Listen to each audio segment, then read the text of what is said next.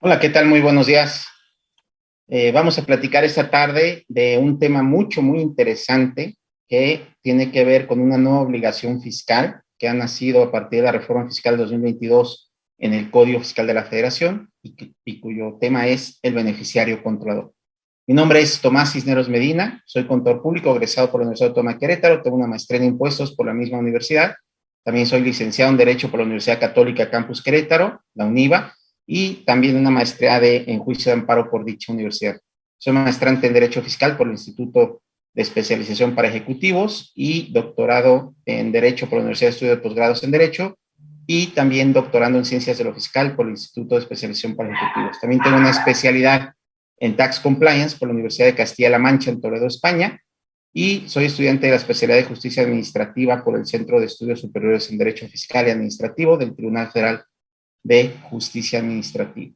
Mi formación es 100% fiscal, con diversos diplomados, cursos de actualización, seminarios que he tomado en materia fiscal y materias afines. Soy asesor independiente, soy también profesor universitario de la Facultad de Contaduría y Administración de la Universidad Autónoma de Querétaro. He sido presidente de la Asociación de Fiscalistas del Estado de Querétaro por el periodo 2018-2019. Soy miembro también de la Comisión Fiscal de la Coparmex en Querétaro. Soy contador público certificado por examen por el Instituto Mexicano de Contadores Públicos, miembro del Colegio de Contadores Públicos de Querétaro, de la cual he sido presidente de la Comisión Fiscal, miembro de la Comisión de Prevención del Lavado de Dinero, tanto local como regional Centro-Occidente, y también soy miembro de la Asociación Nacional de Fiscalistas.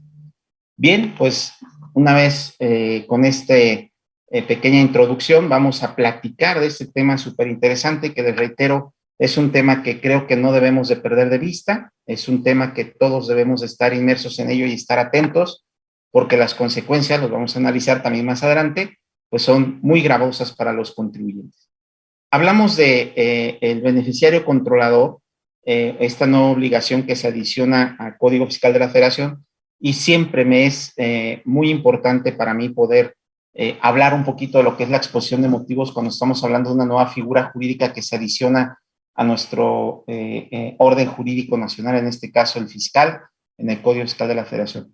Es importante analizarlo, ¿por qué? Pues para saber precisamente de dónde viene esta obligación. Muchas veces creemos que se le ocurren, son ocurrencias de nuestras autoridades locales, cuando, como en el caso que vamos a analizar, no lo es así. Hay veces que las reformas a nuestras leyes fiscales responden precisamente a requerimientos internacionales que nuestro país en un momento dado ha adquirido esos compromisos internacionales al ser parte de algunos grupos, algunos organismos internacionales, y claro que se le obliga dentro de esta unión a estos grupos, pues se le ponen precisamente algunos compromisos que se deben de cumplir. Y dentro de ellos, pues es establecer ciertas figuras jurídicas o ciertos conceptos, ciertos procedimientos, ciertas limitantes, ciertos castigos, etcétera, en nuestras leyes internas, precisamente para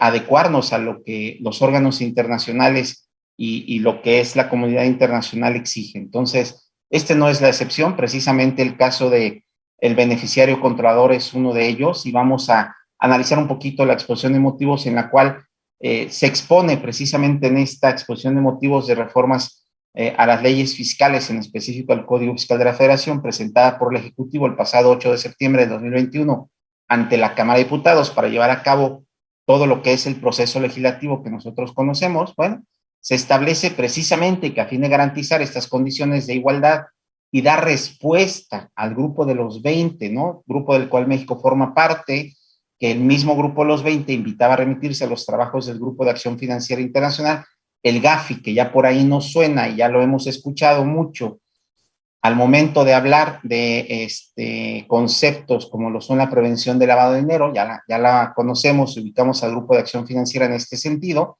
y precisamente respecto del Foro Global sobre Transparencia e Intercambio de Información con fines fiscales, que lo vamos a llamar Foro Global en adelante, en el cual se reforzó su norma de intercambio de información, ¿no? Pero es bajo petición, es decir, bajo los países miembros, el que quiera una información respecto de otro país, bueno, se nos establecen ciertos requisitos, cierta información, ciertos estándares de obtener cierta información, y obviamente esa información puede ser compartida entre los países miembros de estos grupos que hemos comentado a petición de parte, ¿no? Entonces, de ahí en un momento dado es donde empiezan a hacer esto y en el cual se estableció precisamente la figura del beneficiario controlador.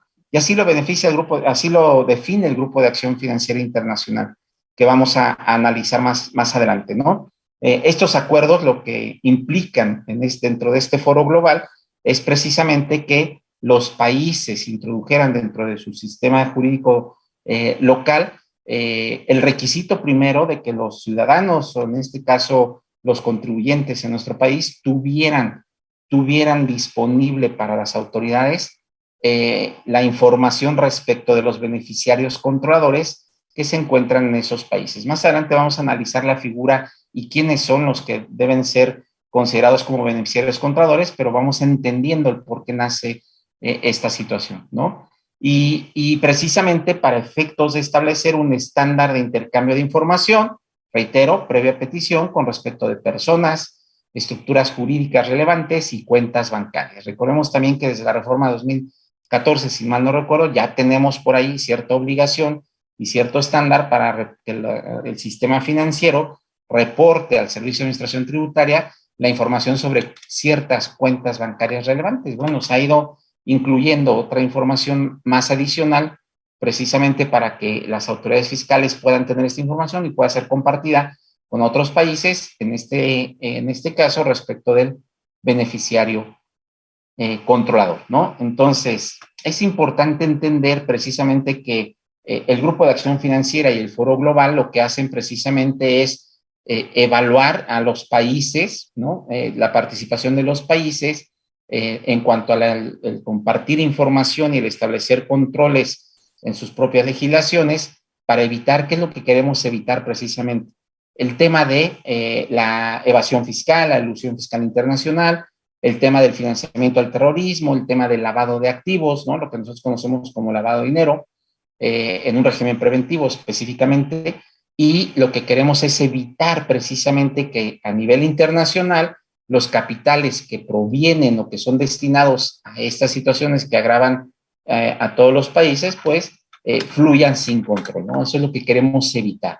No queremos que llegue dinero no sé de dónde, no sabemos de dónde, y que aparentemente, que aparentemente es lícito, pero que aparte se venga a invertir en sociedades mercantiles, en fideicomisos, en fundaciones, etcétera, para efectos de limpiarlo e introducirlo al sistema financiero, aparentando un origen lícito. Entonces, es lo que queremos evitar y por eso todos los países que somos miembros de estos grupos que hemos comentado, pues seguimos las recomendaciones del Grupo de Acción Financiera Internacional para evitar estas situaciones, ¿no?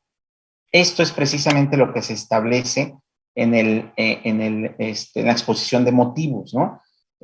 Precisamente en este sentido es como se propone precisamente al Congreso de la Unión a efecto de adicionar al Código Fiscal de la Federación, grábenselo bien porque son artículos que vamos a mencionar más adelante y que aparte debemos de tener presentes para dar cumplimiento a esta obligación. Se propone que se adicione al Código Fiscal de la Federación los artículos 32B ter, 32B quater y 32B quinquis para establecer la obligación respecto de personas morales, fiduciarias, fideicomitentes, fideicomisarios, fideicomisos, partes contratantes o integrantes, de obtener y conservar como parte de la contabilidad y en su caso proporcionar al SAT, Servicio de Administración Tributaria, la información relativa a los beneficiarios controladores, ¿no? Lo vamos a analizar un poquito más a fondo. Y obviamente, pues el objetivo de esto precisamente lo es, pues que la administración tributaria de nuestro país cumpla con esos estándares internacionales que exigen niveles de transparencia mínimo en relación con los beneficiarios controladores.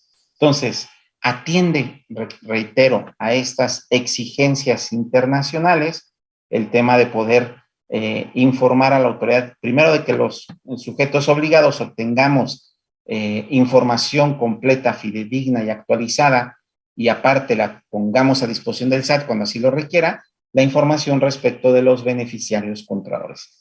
Y obviamente el SAT lo va a querer o lo va a exigir precisamente para cumplir con sus obligaciones en materia internacional en tratándose de transparencia, ¿no? Y de compartir información, de intercambio de información, precisamente con los países miembros de estos grupos. ¿Por qué? porque nos interesa saber si, por ejemplo, hay una investigación a nivel internacional respecto de ciertos sujetos, de ciertas personas que probablemente pudieran estar inmersos en alguna situación de alguna comisión de delitos, los que hemos comentado, financiamiento al terrorismo, evasión fiscal internacional, lavado de activos, etcétera. Entonces, lo que van a hacer pues, es solicitar intercambio de información a todos los países miembros para efectos de poder recabar pruebas, precisamente, para en su caso, bueno, pues tener las pruebas suficientes para poder atacar estos ilícitos que están cometiendo estas personas. Entonces, claro que nos interesa un intercambio de información entre todos los países, este tema de transparencia y este tema de compromiso internacional de la lucha frontal contra estos ilícitos que hemos comentado.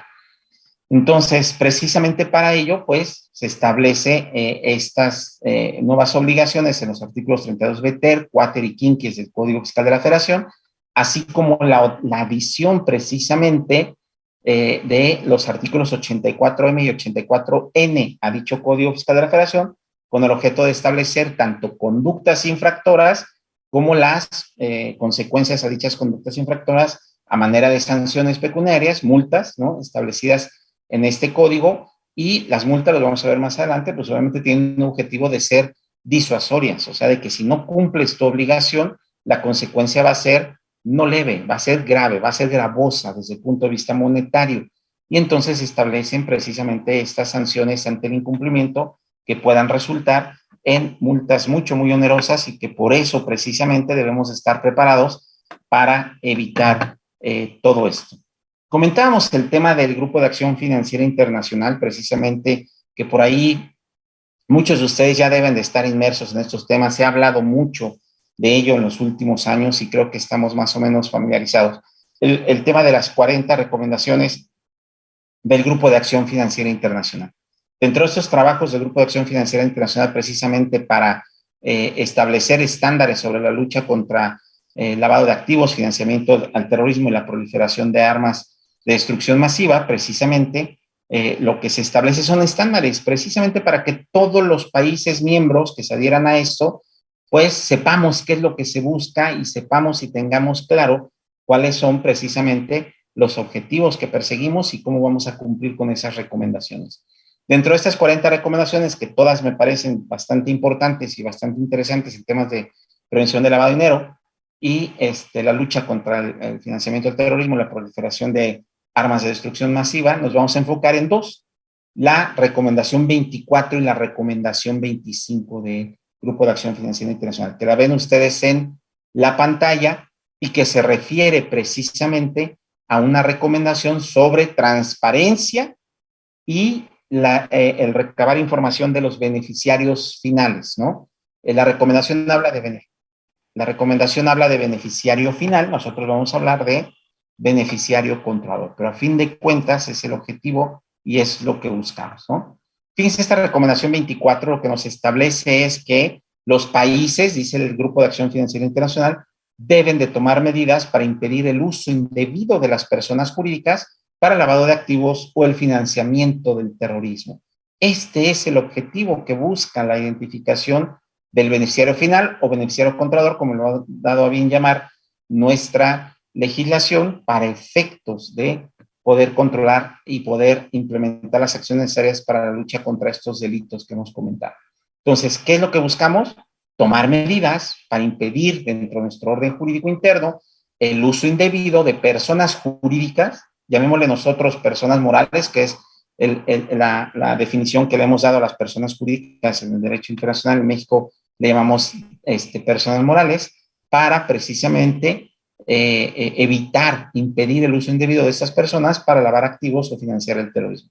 Y nos establece que los países deberán asegurar que exista información adecuada, precisa y oportuna sobre el beneficiario controlador final, y el control de las personas jurídicas, y que las autoridades competentes puedan obtener esa información. Es decir, tu país debes de asegurarte que en tu régimen interno jurídico exista de alguna forma esa información, y que esa información que la tengan los particulares, pero que tu autoridad puedas acceder de manera adecuada y precisa y oportuna, esa información sobre el beneficiario final y quién tiene el control de las personas jurídicas, y que tu autoridad la puedas obtener y en su caso la puedas compartir también, ¿no? Ese es el objetivo de esto. Y lo que nos establece es que en particular los países que tengan personas jurídicas que puedan emitir acciones al portador, certificados al portador, o que permitan accionistas nominales o directores nominales, deben de tomar medidas eficaces para asegurar que éstas no sean utilizadas indebidamente para el lavado de activos o el financiamiento del terrorismo.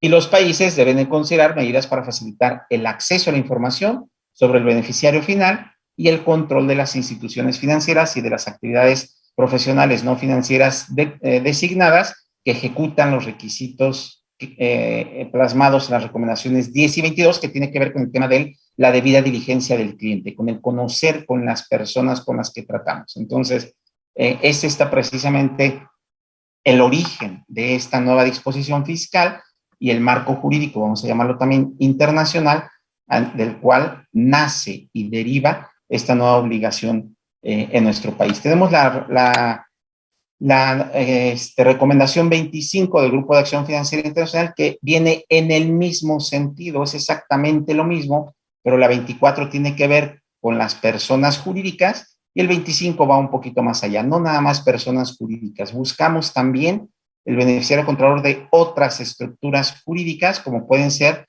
los beneficiarios de los fideicomisos en un momento dado, ¿no? Y vamos a ver nuestro régimen fiscal, que estableció todavía un poquito más allá, tratándose de cualquier otro acto jurídico. Por ahí vamos a tener acceso también, por ahí pueden ver estas ligas que son interesantes, en las cuales pueden ustedes acceder a estas recomendaciones del Grupo de Acción Financiera Internacional y las notas interpretativas que vamos a comentar un poquito después del corte. Vamos precisamente a una pequeña pausa. Los negocios en el mundo se han hecho igual durante siglos.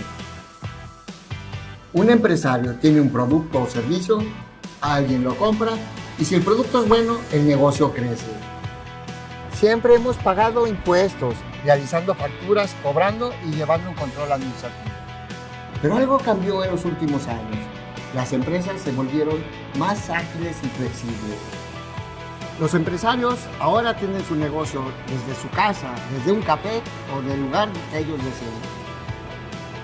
Compagnie camina de la mano de las nuevas formas en las que el mundo se mueve. Y hoy lanza al mercado su producto insignia, Compagnie Contabiliza. Creada bajo los más altos estándares de tecnología de Microsoft.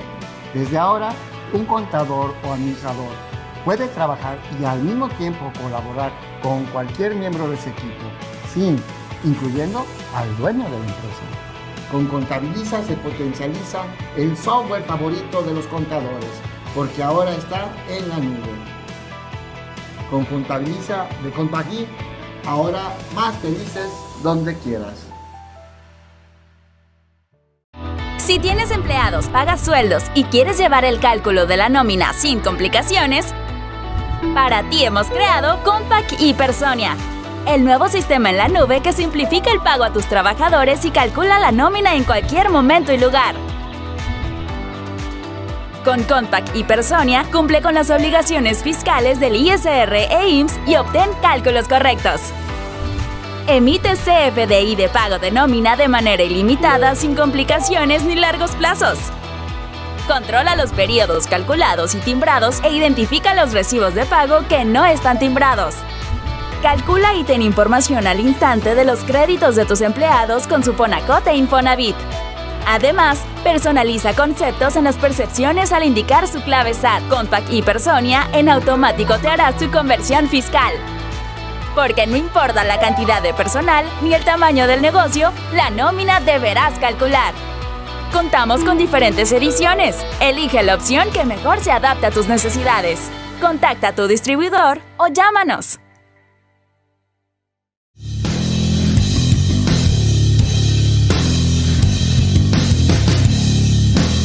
¿Conoces los procesos de una transacción internacional y los diversos aspectos legales, fiscales y aduaneros que involucran adecuadamente en sus operaciones? Inmevit invita a su curso ABC del Comercio Exterior. Veremos temas como Formalidades a cumplir en las importaciones y exportaciones. Archivo de comercio exterior. Notificaciones electrónicas en comercio exterior. Ley General de los Impuestos de Importación y Exportación y sus tarifas. Los tratados de libre comercio. Y muchos otros. No esperes más. Aparta tu lugar y escríbenos al número 5581 54 74 37 o al correo cursos@imefi.com.mx.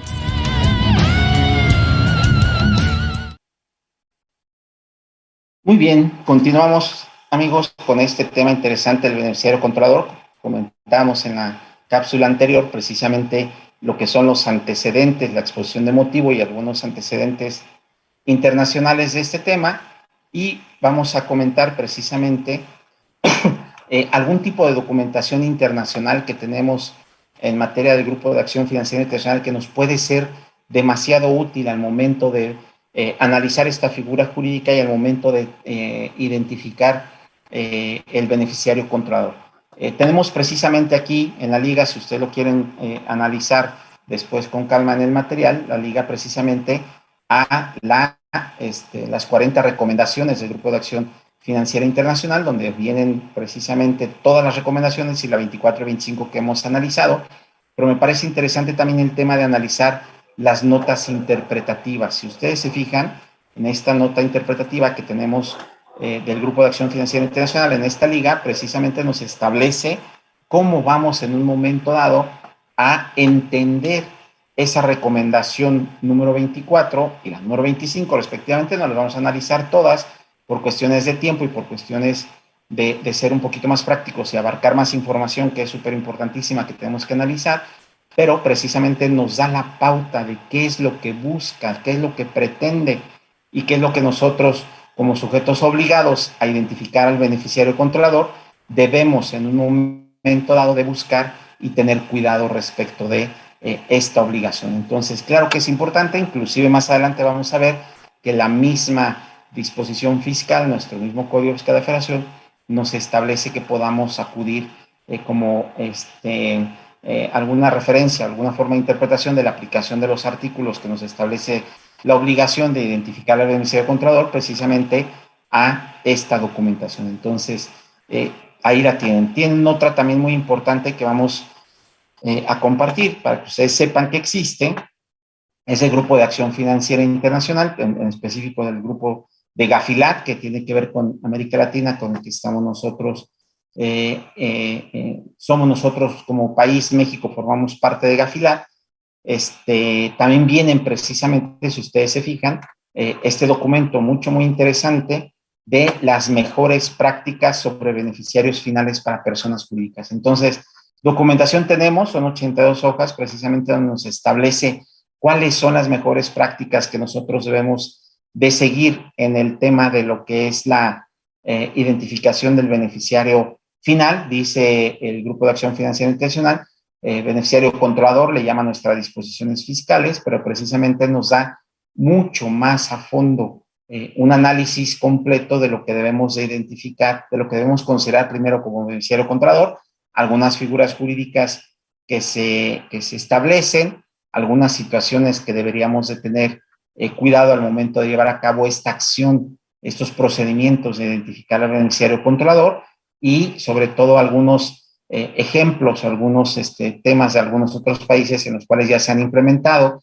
y la experiencia también en un momento dado de esos países, y que nos puede en un momento dado servir de mucha luz para poder nosotros implementar las medidas necesarias para cumplir con esta obligación, ¿no? Entonces, ahí tienen esa documentación que me parece que es muy buena de verdad para analizar, y que para las personas que estén interesadas en ir un poquito más a fondo en el tema, pues que se tienen ahí como fuente de información gratuita, pública, y precisamente de temas que tienen que ver con el origen de esta obligación, como lo señala la exposición de motivos, que tiene que ver con las recomendaciones del Grupo de Acción Financiera Internacional. No es un tema nuevo, aun cuando es novedoso para nuestro Código Fiscal de la Federación la figura del beneficiario controlador. Ya habíamos escuchado de esta definición en la Ley Federal para la Prevención e Identificación de Operaciones con Recursos de Procedencia Ilícita al hablar del dueño beneficiario o beneficiario controlador, también como lo ha dado a bien llamar de las dos formas, tanto en la propia ley, en el artículo 3 de la ley y en el artículo 14 de las reglas de carácter general que regulan esta ley, también existe la figura del dueño beneficiario o del beneficiario controlador, que tiene de alguna forma una definición muy similar a la que vamos a ver en el Código Fiscal de la Federación, pero que la tienen en pantalla, no lo vamos a analizar más a fondo porque no me quiero enfocar en eso, me quiero enfocar precisamente en la definición de Código Fiscal de la Federación y también no confundir, porque aun cuando se parecen, bueno, tienen caminos distintos y tienen algunas características esenciales, cada una de ellas, y vamos a ver el alcance de una y otra. La Ley Federal para la Prevención e Identificación de Operaciones con Recursos de Procedencia Ilícita le es aplicable única y exclusivamente a las personas que realizan actividades vulnerables, a que se refiere el artículo 17 de dicha ley. Solamente esas personas que realizan esas actividades vulnerables les será aplicable esta ley, les será aplicable la obligación de identificar al dueño beneficiario o beneficiario controlador al amparo de dicha ley, ¿sale? Pero lo que establece el Código Fiscal de la Federación le va a ser aplicable independientemente de que realices o no actividades vulnerables que señala la ley antilavado, la Ley Federal para la Prevención e Identificación de Operaciones con Recursos de Procedencia Ilícita, independientemente de que lo hagas o no, te va a ser aplicable para todos los contribuyentes por el simple hecho de ser contribuyentes. ¿Estamos de acuerdo? Porque es una obligación fiscal establecida en el Código Fiscal de la Federación. Recordemos que el Código aplica en defecto de ley de lo que establecen las leyes fiscales y complementa las leyes fiscales. Entonces, si tú de alguna manera eres un contribuyente obligado de alguna forma a cumplimiento de cualquiera de las obligaciones fiscales que conocemos, es aplicable el código en defecto y tendrás que tener como parte de tu contabilidad la información del beneficiario controlador. Ahora, no confundir también por, oye, pero si ya cumplo, Tomás, con lo que dice la ley antilavado, ya con eso, no, son obligaciones distintas para leyes distintas, que si bien es cierto pudieran parecerse, mi recomendación es cumple para ambas leyes de acuerdo a las características esenciales o los requerimientos específicos particulares que cada ley te establece. Entonces, pudiéramos tener la obligación, además, va a ser en un momento dado un poco distinto la obligación respecto de que a quién es el sujeto a quien queremos identificar, ¿no? A quien queremos identificar. Entonces, creo que vale la pena entender que son obligaciones distintas y que tenemos que cumplir con las dos. Tenemos que, en un momento dado, identificar el beneficiario controlador para efectos fiscales con sus propias reglas y para efectos de la ley antilavado con sus propias reglas. También tenemos una regulación ya desde hace algunos años en el sistema financiero de lo que se le llama el propietario real, ¿no? Que a fin de cuentas es la persona física que obtiene los beneficios. Lo vamos a ver también en Código Fiscal y en la ley antilavado, lo comentamos, ¿sí? Son personas que de alguna forma obtienen el beneficio precisamente de los actos jurídicos, ¿no? O quien ejerce los derechos de uso, goce, disfrute, disposición de un bien o servicio, o que ejerce control sobre las personas morales. Más o menos es algunas palabras clave, algunas situaciones jurídicas comunes a las tres figuras del propietario real, del dueño beneficiario o del beneficiario controlador, pero debemos de entender que cada uno es diferente el sujeto obligado y en un momento dado el fin que persigue, ¿no? En el sistema financiero hablamos del propietario real, de conformidad con el artículo 115 de la Ley de Instituciones de Crédito y con las reglas precisamente de carácter general en su artículo 2, fracción 32, ¿no? De estas reglas que regulan precisamente el artículo 115 de la Ley de Instituciones de Crédito. Entonces, no confundir, cada uno en el ámbito de sus aplicación en su esfera competencial le aplicará la ley y las reglas que le corresponden, pero nosotros en esta charla que vamos a continuar en diversas cápsulas y que vamos a analizar a fondo, nos enfocaremos precisamente en la figura del beneficiario controlador para efectos fiscales, ¿no? Para efectos meramente fiscales.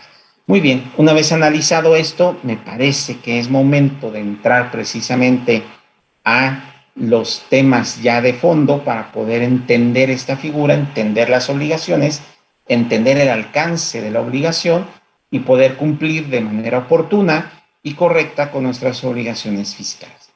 Vamos a analizar primeramente, obviamente, la obligación que tenemos en el artículo 32b ter, por orden, porque así inicia Código Fiscal de la Federación 32b ter, para identificar cuál es la obligación primera, quiénes están obligados y cuál es la obligación que tenemos que cumplir respecto de la identificación del beneficiario contrador.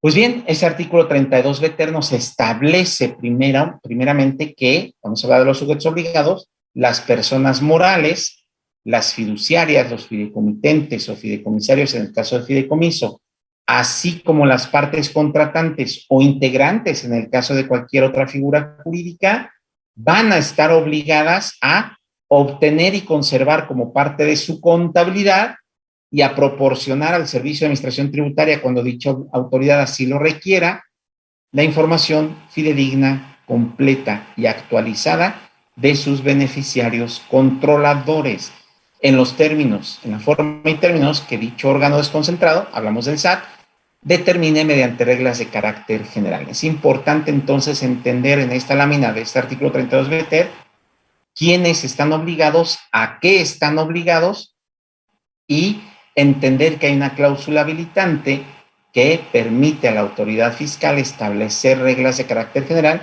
para que nos diga la forma y términos en que debemos obtener dicha información. Entonces, reitero y vuelvo a comentar precisamente porque estamos hablando de una obligación trascendental que vale la pena reiterar y vale la pena que nos grabemos bien. ¿Quiénes son los obligados? Primero, la persona moral. Por el simple hecho de que yo soy una persona moral, yo estoy obligada a obtener y conservar como parte de mi contabilidad la información completa, fidedigna, actualizada del beneficiario comprador. Punto. Oye, porque han confundido mucho las obligaciones. Hay gente que me dice, oye, ¿quién es el obligado? ¿El representante legal, el consejo de administración, los socios son los que están obligados? No. Obviamente el que es el obligado, el sujeto obligado, es la persona moral como tal, ¿no?